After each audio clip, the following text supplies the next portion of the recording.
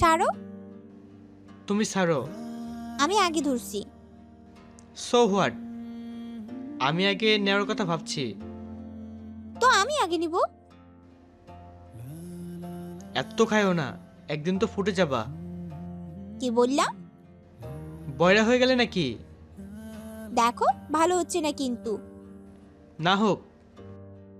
এক কাজ করো, তুমিই খাও। রাক্ষস দিয়ে তো বেশি খাবারই লাগে, রাক্ষস একটা। প্রাপ্তি চামচ ছেড়ে হনহন করতে করতে বের হয়ে গেল। তিথি অবাক হয়ে তাকিয়ে রইল। নিশির কানের কাছে এসে জিজ্ঞেস করলো, ওদের কি হলো বুঝলাম না। ওরা সারাক্ষণ এভাবে লেগে থাকে। কেন? কে জানি, এখন তো এটা নিয়ে ভাবাও ছেড়ে দিয়েছি সবাই। হুদাই ঝগড়া করে, ভেবে লাভটাও কি? তাও বাদ দে তো, খাবার খেয়ে নে। রওনার সময় এলো। প্রহরকে খুঁজেও পাচ্ছে না সে। বারবার আশেপাশে দেখছে, প্রহর নেই। অনেকক্ষণ যাবৎ দেখছে না। আসলে কি একটিবারও কথা বলবে না সে? মা এসে তিথির মাথায় হাত বুলিয়ে দিয়ে বলল, মন খারাপ করিস না মা, জানিসই তো ছেলেটার রাগটা একটু বেশি। তোর না বলে যাওয়ায় ভীষণ কষ্ট পেয়েছে। নিজেকে পুরো 1.5 দিন রুমে লক করে রেখেছিল। তোকে এয়ারপোর্টে দিয়ে এসে তোর আঙ্কেল দরজা ভেঙে দেখে ও নিচে অজ্ঞান হয়ে পড়া। তারপর হাসপাতালে নিয়ে গেলাম, সেখানেও 7 দিনের মতো ছিল। সেখান থেকে এসেও 2 বছর একাকিত্ব থাকতো, শুধু স্কুল কোচিং এই। তারপর আস্তে আস্তে ঠিক হয়। তোর যাওয়ায় খুব আঘাত পেয়েছে ও, তাই এখনো এত রাগ। ওর কথায় মন খারাপ করতে যাস না। ওর সাথে এত কিছু হলো, কেউ আমাকে কিছু বললে না? এমনিতেই তুই সেখানে নতুন, এইসব নিয়ে টেনশন নিবি তাই বলিনি। তারপর প্রহর মানা করে দিল। জানি না, আমার সাথে কথা বলতে মানা করে দিল। এমনকি ওর কথা বলতেও মানা করে দিয়েছিল কাউকে। এইসব এখন মাথায় আনিস না, তুই এসেছিস, দেখিস সব ঠিক হয়ে যাবে। দেখি কতদিন নিজের মধুমিতার সাথে রাগ করে থাকতে পারে। তিথিকে মিষ্টি কয়েক হাসি দিয়ে গাড়িতে উঠালো। নিশির বাবা মাও উঠল। নিশি উঠতে যাবে এমন সময় প্রহরের ডাক আসলো। তিথি জানালা থেকে মাথা বের করে প্রহরের দিকে তাকালো। প্রহর হাঁপাচ্ছে, দৌড়ে এসেছে বোধহয়। এমন সময় সে নিশিকে কাছে ডাকলো। তিথির মনটা আবার খারাপ হয়ে গেল। অন্ধকারে তেমন কিছু বোঝা যাচ্ছে না, তবু আবছা আলোর মধ্যে দেখা যাচ্ছে প্রহর নিশিকে কিছু দিল। তিথিকে আসলেই হয়তো পর করে দিয়েছে। মুখটা মলিন করে গাড়ির ভিতর মাথা ঢোকালো। নিশি এসে তার পাশে বসলো। তিথি কোনো কথা বলল না, চুপটি করে বসে রইল। বাসায় যেও কোনো কথা বলল না তিথি। ডায়েরিটা নিয়ে সোজা ছাদে চলে গেল। ছাদের এক কোণায় বসে ডায়েরির খালি পাতা খুলে কলম হাতে নিল। প্রিয় ডায়েরি, আজ খুব কষ্ট হচ্ছে বুকের ভেতর, যেন কেউ আগুন জ্বালিয়ে দিয়েছে। অনেক কম এমন জ্বালার অনুভূতি হয়েছে, কিন্তু এই অনুভূতিটা কত আলাদা। ভালোবাসার কষ্ট বুঝি এমনই হয়। ও কেন বোঝেনি? ওকে ছেড়ে দূরে গিয়ে আমিও তো মুহূর্তে মুহূর্তে মরেছিলাম। ও কেন বোঝে না জানো? যখন মণিমা বলল আমি যাওয়ার পর ও নিজের অবস্থা কেমন করে ফেলেছিল, মনটা চাচ্ছিল নিজেকে হাজারটা থাপ্পড় মারি। ও আমার জন্য এত কষ্ট সহ্য করেছে ভেবেও বুক কাঁপে। ডায়েরি, ইউ নো হোয়াট, আমার ইচ্ছে করছিল আজ ওর সাথে হাজারো কথা বলি, ওর সকল কথা শুনি। কিন্তু কিভাবে সময়ের সাথে সাথে যে পরিস্থিতি বদলে যায় সম্পর্ক। আগে তো কখনো তো এত দ্বিধা অনুভব হয় না। আর আজ আজ দ্বিধায় মুখ দিয়ে কোনো কথাই বের হচ্ছে না। কিন্তু ও বলেছে, আর ওর প্রতিটি শব্দ এ বুকে ছুরির মতো আঘাত করছে। কি করার, দোষ তো আমারই। আমিই ছেড়ে দিয়েছিলাম, আমিই ছেড়ে গিয়েছিলাম তাকে। কিন্তু ও কি বুঝবে? কিভাবে বোঝাবো আমি ওকে?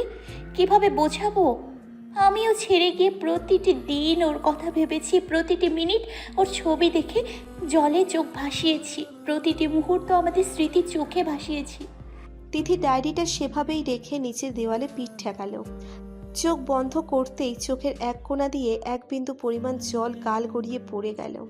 সে একটি সপ্তাহ তার জীবনটা তছনছ করে দিয়েছে। 10 বছর আগের কথা, তখন তিথির 9 বছর আর প্রহরের 13 বছর। গ্রীষ্মের ছুটিতে তিথি আর পরিবার সহ কুমিল্লা থেকে বেড়াতে আসে। তিথির মামার বাসায়। তিথি আর নিশি বারবি ডল নিয়ে খেলছে। এমন সময় তিথির মা এসে বলল, কি ব্যাপার ম্যাডামরা, আপনারা রেডি হবেন না? তোমাদের পিয়াস আঙ্কেলরা আসবে তো? মাম্মা আর প্রহর? প্রহরও আসবে তো? যাক, ভালো হলো। কেন, কি হয়েছে? ওকে, মজা চোকাবো। কেন? কি আমি আসছিও জানি না? এত দেরি করে কেন আসবে? যদি ওর নানার নাম না মনে করাইছি তাহলে আমার নামও তিথি না। তোদের ব্যাপার যা করার কর। তোকে কিছু বললেও এসে আবার আমার উপর চিল্লাবে। গতবার তোকে একটু বকা দেওয়ার পরও আমাকে যে বকা দিল, আমি সাংঘাতিক ভয় পাইছি। কান ধরছি, ওর সামনে আর বকা দিব না। বকা দিলে তো ও তোমাকে ছাড়বেও না। তোমাদের থেকে ওই আমাকে বেশি আদর করে। হয়েছে হয়েছে, যা, বড় হলে তোদের দুজনের বিয়ে করিয়ে দিব। তা তো দিতেই হবে। আমার বর তো প্রহরই হবে, আর কেউ না। আল্লাহ, এই মেয়ের মুখে এখনই কিছু বাজে না, বড় হলে কি হবে কে জানে। পিছন থেকে তিথির বাবা বলে উঠল, তিথির মা, আমার মেয়েকে কিছু বলবে না তো? কিছু বলতে দিলেই তো বলবো। একদিকে তুমি, আরেকদিকে প্রহর। কিছু বললেই তলোয়ার নিয়ে মাঠে নেমে পড়ো। আচ্ছা, এখন যাও তো। আর Prince, come here, look, wait, I get for you.